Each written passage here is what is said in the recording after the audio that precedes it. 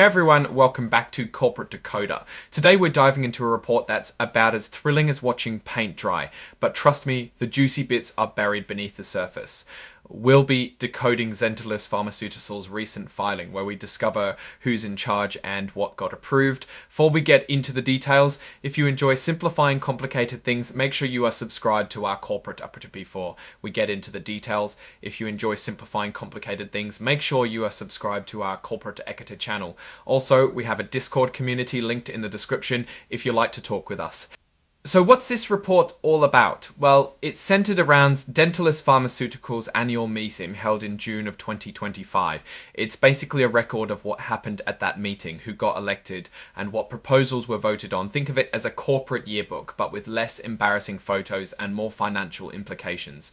First up, let's talk about attendance. It looks like a good chunk of shareholders showed up, either in person or by proxy. About 80.9% of the company's outstanding common stock was represented. That's a pretty decent turnout. The date to be a shareholder for this meeting was in April. Now, the main event, the election of directors. 3 directors need to be elected to the board. And it looks like Scott Myers, Karen Tucker, and Luke Walker, MD, got the nod from the shareholders. They'll be sticking around until the annual meeting in 2028, unless something unexpected happens like, well, you know, the usual corporate drama. Let's peek at the numbers to see just how popular these candidates were. For Scott Myers, around 43 million votes were cast in favour, with about 3.9 million withheld. Karen Tucker got roughly 30.6 million votes for and about 16.3 million withheld. There were also broker non-votes, which means brokers holding shares for clients didn't vote, divided voting shares for clients didn't vote.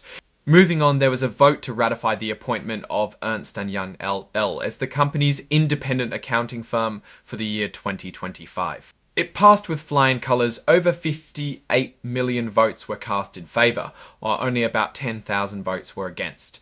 There were around 100,000 abstentions, so looks like Ernst & Young will be crunching the numbers for Zentalis for another year. Next, the shareholders got to weigh in on the compensation of the company's top executives.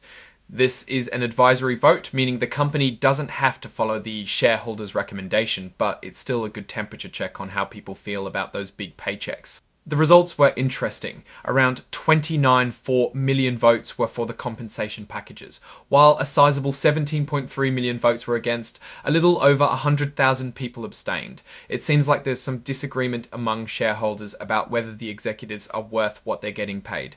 The broker didn't vote for more than 11 million of the stocks. So summing it up, the company's shareholders elected all 3 directors and approved the accounting firm and the compensation of the senior management. Now, let's zoom out and look at the bigger picture. What does all this mean for Zentalis Pharmaceuticals? First off, the election of directors is crucial. These are the people who will be guiding the company's strategy and making key decisions. The fact that the appointment of Ernst & Young was ratified without much opposition suggests that shareholders are comfortable with the company's financial oversight. No surprises in that department. However, the advisory vote on executive compensation is a bit of a red flag. The significant number of votes against the compensation packages suggest that many shareholders think the executives might be overpaid. This creates a potential problem for the people who lead the company. The company should review its pay strategies or risk more negative votes in the future.